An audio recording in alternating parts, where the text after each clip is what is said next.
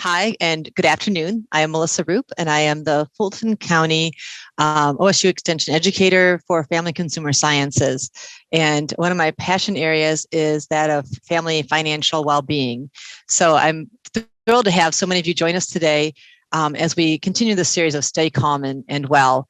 And one of the blessings that I like is to consider vacation destinations and time spent with my family and those that I care most about. And vacation planning is just a mental de-stressor for me, actually. But today we're going to talk about saving for vacation so that the financial stress doesn't overtake the joy that we have in planning for vacation. So as we move forward, oops, I just lost my screen. Hang on one second. There we go. So as we look back at last week's session was on water and sustainability.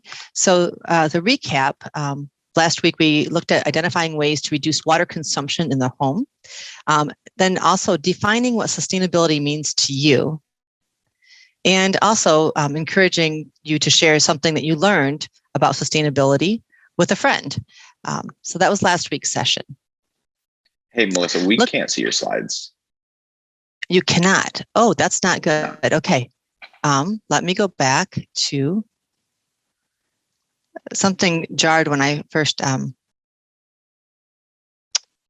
started this process. So screen.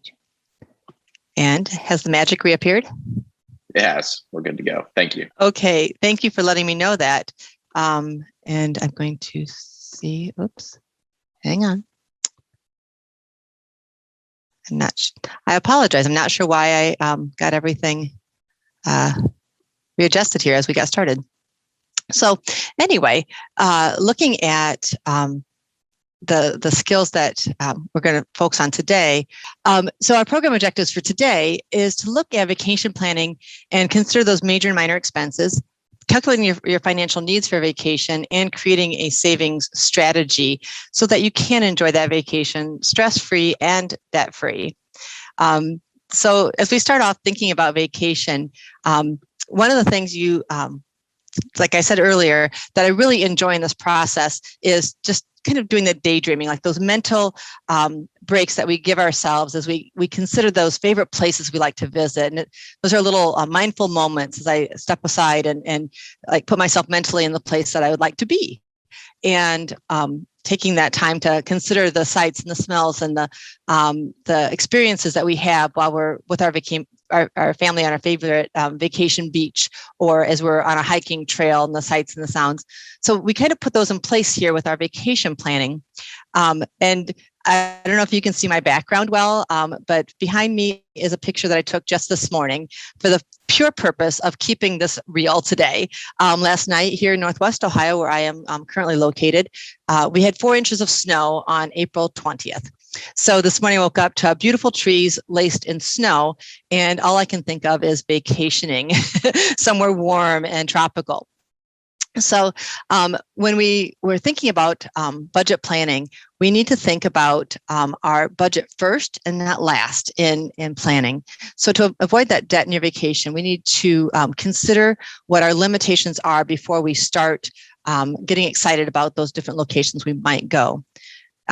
Debt can really incur quickly when we look at hidden vacation costs, especially in overspending and then incurring future interest, and our vacation goes into our future money and not on our planned money leading into it. So as we think about our vacationing, we want to set that maximum budget for your vacation first.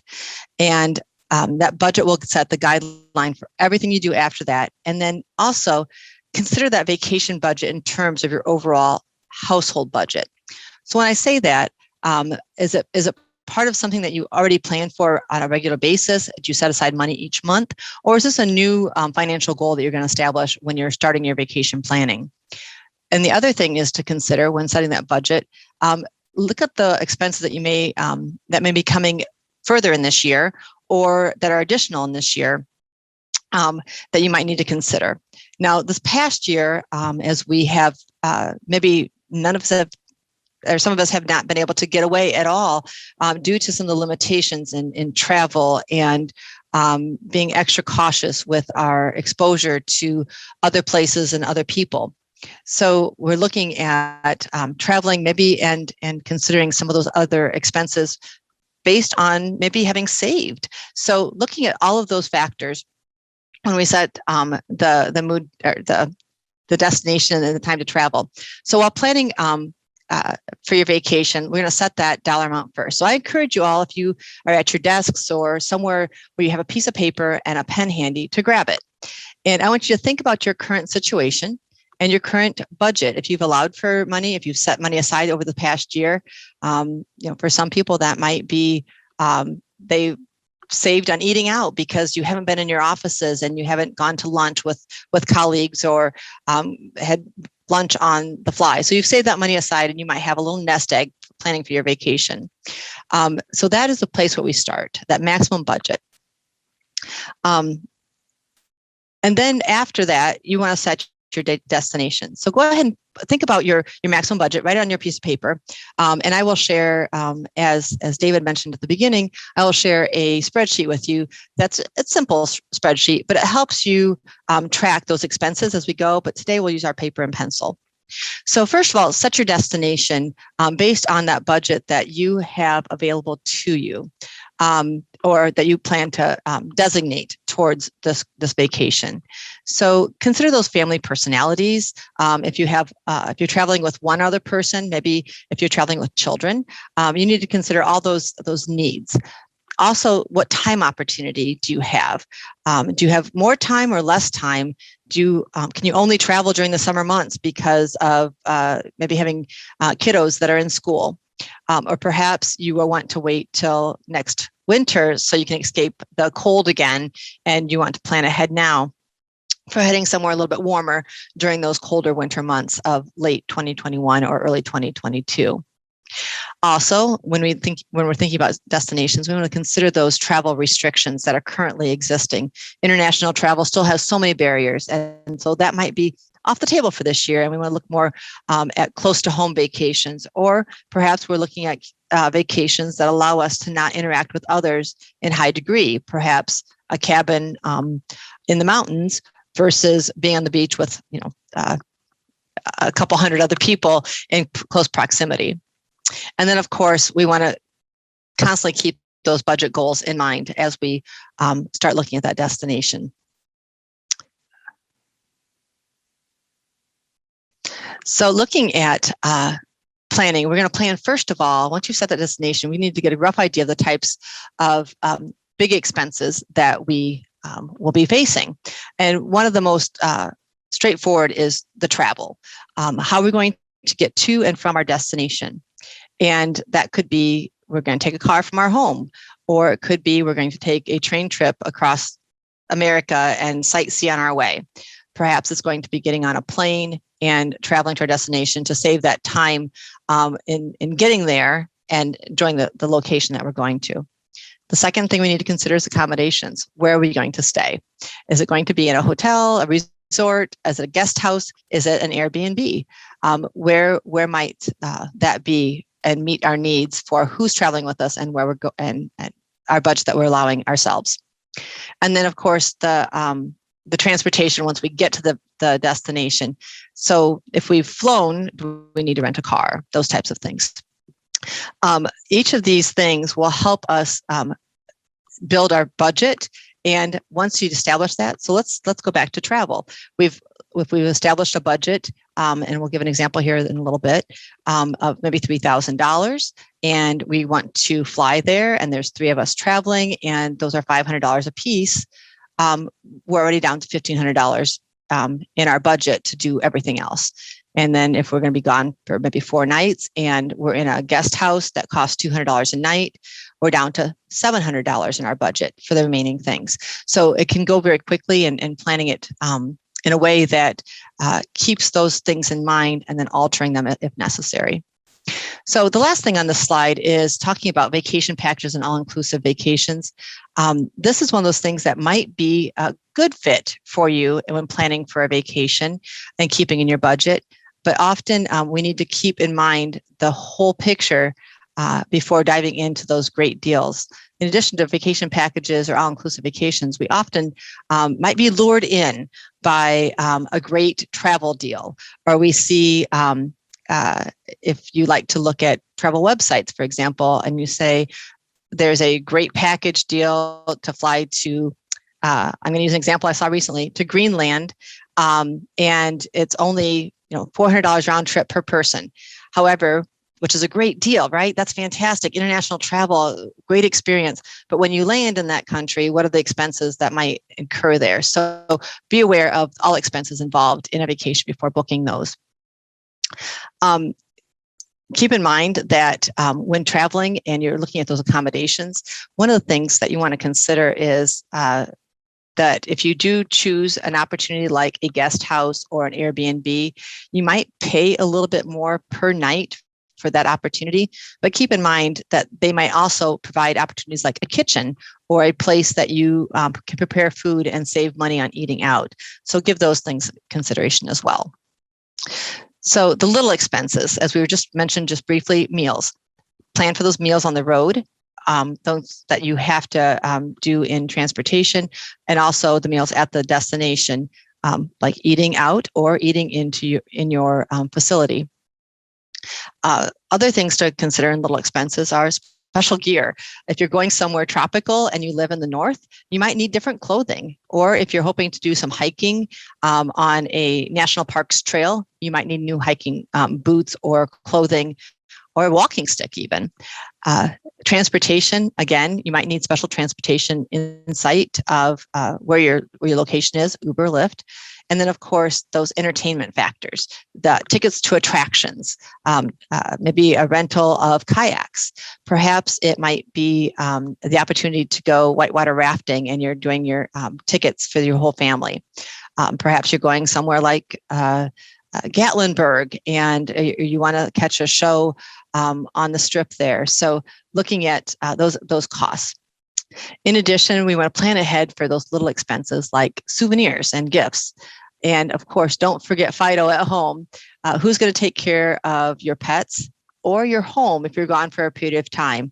And keeping those expenses in mind and you're planning your whole budget. One thing that we want to consider is thinking about the people that you're sharing these expenses with and how much that impacts your normal budget. For example, you're looking at meals on the road or meals at your destination. What would be a typical budget line item that you have for a week of groceries at home? If you are typically planning for about $100 a week in groceries, just place that into your vacation to help contribute towards those costs in your vacation. If you would normally eat $75 worth of dinner out on a weekend, and now you're going to be doing that on vacation, allow for that in your vacation budget as well. In addition, on the gifts and souvenirs, especially if you're working with children, consider those expenses that you might typically spend on your child, or maybe it's their allowance for the week, to allow them the opportunity to learn budgeting skills by giving them a set amount when they're going on vacation. For example, if I allow a certain dollar amount, and maybe it's $5 per year of age or whatever your budget might allow, and you say, we're going on vacation and this is your $50 to spend. And they can choose to budget that as they experience things along the way. So if they spend it on the sweatshirt the very first day they're in the destination and there's no money left at the end of the week, that's a lesson learned and can be supported in good education and conversations with the family. So let's take a look at the budget planning. If you have a spreadsheet, and this is a way of thinking about it as you subtract items as you go. So here's an example of a budget of $3,000 for a vacation. Have transportation for 2 flights and the car rental. And each time I add an item, I subtract it from the total. And you consider the accommodations for that time and subtract that by $900. Look at your activities and entertainment. I put a national parks pass on there, opportunity to go zip lining and whitewater rafting. We're kind of an adventurous family. So you put those planned events in there, approximate amount for food, special equipment, and then we don't have any pets that need to be house sitting for house sitting, and so I'm out of money anyway, so that's good. Now, if I did have a pet and I'm out of budget, I need to look at the rest of my budget to find out where I can trim to make it all fit. This is where it gets a little bit challenging, and you become very intentional. Without this intentionality, you arrive at vacation and say, well, we're on vacation, it's okay to splurge.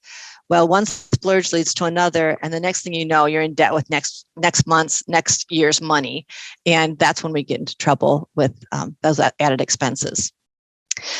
So let's look at how much we need to save then.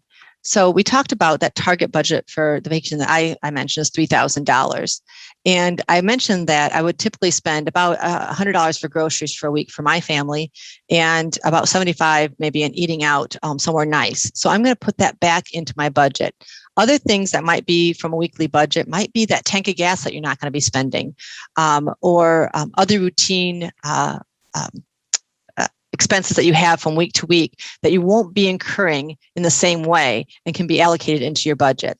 So in this case, I put $175 into the budget for my $3,000, as well as looking at what I had currently saved. Because I've been planning this vacation and thinking about it all the way through our quarantined time and our shutdown time, I've been putting away money, and I have $1,250 in my bank account for this vacation. So what do I have left to be saved? I have about just under $1,600 for this vacation. So as you're charting this on your own piece of paper, think about those expenses and about how much it will cost you. If you're thinking about, heading to Florida for a week on the beach, or you're planning on going to a friend's house on a dude ranch or somewhere out west, perhaps you're thinking about that hiking trip on a national park. So start thinking about some of these expenses and then how much more you have to save.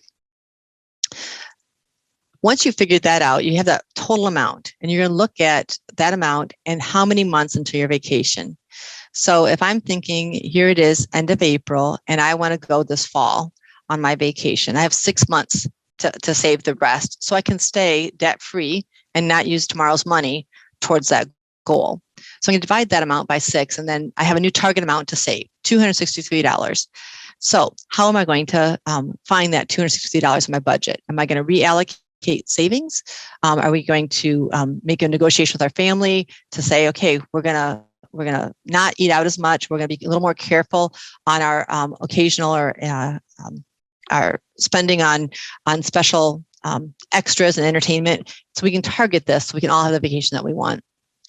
So how and where to save? A savings account is a great first place, and anytime you can make saving automatic, it really does add up. The benefits of saving automatic can take the stress off of you, the thinking off of you, so that it comes directly from your paycheck into a special savings account.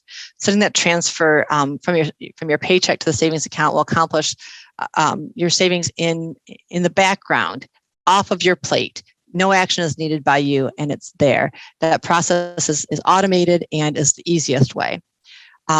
Don't fall into the trap of future spending. This is something that I think sometimes we can do as a saving strategy. Well, I know that in the future I'll have this money coming in, so when I get that money, I'll try and save that. If you decide to start looking at your future self, because as we all fall into the trap of, our future self is always the best picture of ourselves, right? We think about ourselves in 6 months, and that's when we're going to be healthier. That's when we're going to have better habits, and that's when we're going to have our goals met. So when you think about that, be very, very conscientious about that, or intentional about that decision about your future self. For example, let's say you know that a tax refund is going to be in the mail because you filed late or with the extension, and so you won't get your tax refund until end of May. Make a promise to yourself in writing, and then have somebody hold you accountable that says, I want half of that tax refund to go into this account for our vacation, that we might enjoy it more fully, and put that in writing, and then take action. Again, looking to the future makes it more difficult to meet goals. So plan very strategically. Automatic transfer takes care of today's money and puts it in that goal for the future. And saving is the more effective way of making sure it happens, by being intentional with today's money. An envelope system is another way to start that process. So if you are if you're using a cash accounting system for yourself and you pull out, let's say $500 for groceries each month and you have it in an envelope and you don't spend any more than that, do the same thing with your vacation. We're going to pull out $263 from that bank. We're going to put in that envelope and we're going to save it aside. Also, savings apps are another great tool that help you save automatically as you purchase items and you round up, or you have an automatic withdrawal every other day, perhaps, or every week or every month that happens automatically. So once you get to vacation, you've planned and you've saved those 6 months, you have your $3,000, you've been paying in your expenses as you've purchased your plane ticket, as you put the rental down on your little cottage near the beach. And then you get on vacation and it's really easy to kind of say, now it's time to relax. It's really good to not at that point let your guard down completely, even though you are very prepared for your vacation and hopefully can relax more because you know you're not going in debt for it. So we're going to pay ahead those major expenses, but we're going to track those things that we're going to pay on site. If you're choosing to use a credit card, use a credit card with no balance and plan to pay it back immediately upon receiving that statement, so that you are not using future money to pay for this current vacation, that you're using the money that you've planned and saved to pay that off. If you're using cash, again, put it in an envelope system and maintain that chart. So if you know that you're going to designate $300 towards entertainment in whitewater rafting and or zip line experience, put it in an envelope and have it ready. Or again, if you use a credit card or a debit card, be sure that you have the money there to pay it off. It's always good to log it and keep track. Now, there's room for being creative on vacation, but the more you stay to your budget and the more that you stay to your plan, the more enjoyable it is for everyone involved. So enjoy a relaxing vacation. As we all sit and think about this planning and we think about that future self that's going to be enjoying that vacation, it's a great way to relax and renew. With good planning, you can enjoy the vacation without the money worry coming back from that vacation and without that added expense of debt repayment. So I hope you can take these tips and move it forward into your vacation planning. I just wanted to share that this lesson was developed by our Healthy Finance team. And I would encourage you to reach out if you have other budgeting questions, healthy finance questions, to reach out to Ohio State University Extension and our team of educators that can provide additional spending planning support and budgeting support, money management support. And skill building, week 6. As a recap, planning your vacation budget allows you to enjoy a vacation without future vacation debt. It's off of your mind and it's planned for and paid for. Start with your budget to guide planning rather than risk your vacation sabotaging your budget. And finally, save intentionally before the vacation. Stick to the budget plan while enjoying that vacation. With that said, what questions do you have for me today? Thanks, Melissa. We've got one question so far in the chat. If anyone's got any questions, please feel free to populate them now and we will get those answered. The first question is, what savings apps do you recommend? That's a loaded one. There are so many good ones. I'm not sure that I have one that I recommend more than others. I would really like to see what other people are using and utilizing. I am not, I use my personal bank because of my banking relationship, and they have a savings app, and that might be a great place to start to see if your bank allows you to use their application wherever is your home banking location. And so that's my preferred one. But there are others out there that I don't want to give too many recommendations, but I'm aware of Mint is a good one, that mint.com is a good one. There are other, I can definitely get back with you with some other ideas, and feel free to reach out to me at my email and I can share a few others. But I'd welcome that conversation with others to see if they have one that they prefer. We do have a couple in the chat. Some people recommended one called Capital with a Q, and another which is similar to an envelope system, and another is Smarty Pig, which allows you to set goals. Oh, Smarty Pig. I've never heard of that one. And I have heard of Capital. I'm glad to hear that others have used that. Acorns. I have a few questions about Acorns, but I'd love to know what that person, how that person has utilized it. Okay, our next question says, are there any travel agents that you recommend? You know, I'm not a travel agent user. I have always done my own research and utilized that skill, I guess. But I do recommend doing your research. And if you are going with a travel destination that is a known, I'm going to just use the example of Disney. It's anyone with children has probably been asked to go to Disney at least once in their lifetime. And there are many skilled travel agents that know the ins and outs of navigating a major destination like Disney. And I highly recommend, if that is the type of vacation planning you're doing, to definitely get involved with someone that can guide you the best. However, if you're on your own and you're looking towards vacation planning with your own research, I highly recommend TripAdvisor for the best real traveler experiences and for guiding those choices as you look at places to stay, experiences, and where to travel to if you've never been to those destinations. Okay. Our next question is, do you have any ideas for budgeting and planning when traveling with friends, or a friend who has a different budget for travel than you do, or stick with your family tips, another family with a different budget?